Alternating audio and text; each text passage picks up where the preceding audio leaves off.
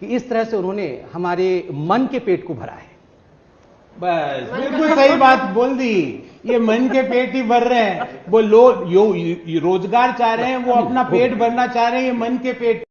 देखिए, पहले तो डिबेट में तू मैं बाद में करेंगे। भोजन पे तू मैं करना ऐसे भी हमारी संस्कृति की भाग नहीं है। मैं पहले निर्मला सीतारमण जी का, नरेंद्र मोदी जी का और हिंदुस्तान की जनता का धन्यवाद। मुझे क्रेडिट नहीं चाहिए। थोड़ा लेट आए, आपकी मैंने पूरी बात अच्छे से आप सुनी खाना ताकि मुझे आपने खाना भी खाता हूं और आप भोजन भी कीजिए, जरूरी है। कम से कम भारतीय जनता पार्टी तो भरपेट करे दे। कि आप देखिए, दादाजी भी कह रहे थे कि नाना जी भी कह रहे थे गरीबी हटाओ। उसके बाद बेटी जी भी कह रही थी गरीबी हटाओ। उसके बाद बेटे जी भी कह रहे थे गरीबी हटाओ। फिर मैडम भी कह रही थी गरीबी हटाओ। अभी फिर बेटे जी अभी बताता है भाई, अभी बताता है, अभी किया ना, अभी बताता है। पर आता है मैसेज किसान को।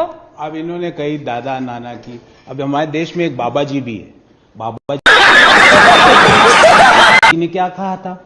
बाबा जी ने क्या कहा था संबित भैया? बाबा जी ने कहा था कि अब बहुत हुई पेट्रोल की मार। अब पेट्रोल तो 100 रुपए, बॉम्बे में 100 रुपए से ज्यादा मिल रहा है। मैं पूछ रहा हूं, बाबा जी ने क्या कहा था कि 2 करोड़ नौकरियां लगाएंगे। आज बेरोजगारी की दर 9% ये फंस गया हो गई। संबित भैया, मैं आपसे स्पेसिफिक क्वेश्चन जब पूछ रहा हूं, क्योंकि आपने जिक्र किया और बाबा जी ने भी कहा, बाबा जी ने कहा कि लोगों के हाथ में मैं पैसा दूंगा। मैंने आपसे पूछा कितना पैसा दिया, तो आपने कहा उस गजब टूबीबाज आदमी। तोड़ मोड़ के जवाब दिया। मेरा दूसरा सवाल का जवाब अगर सीधा हो तो दे दीजिए, वरना नाना जी दादाजी जो आपने चौथे एंकर आपने रखा होगा, मुझे नहीं पता था। अब आप सुनिए तो सही। बोलिए। अरे कैसे संबित भैया, मैं तो विपक्ष में हूं, सवाल नहीं पूछूंगा तो फिर आपको जवाब देने का अवसर कौन देगा? हम ही तो देते हैं, ताकि आप शाबाश देश को जवाब दो। आपको सवाल पूछने का अधिकार है। बोलिए साहब, बोलिए। दूसरा, मैं आपसे दूसरा सवाल पूछता हूं। एमएसएमई सेक्टर है, देश का महत्वपूर्ण सेक्टर है। लगभग 10 से 15-20 करोड़ लोग प्रत्यक्ष और अप्रत्यक्ष रूप से रोजगार पाते हैं वहां पे एमएसएमई।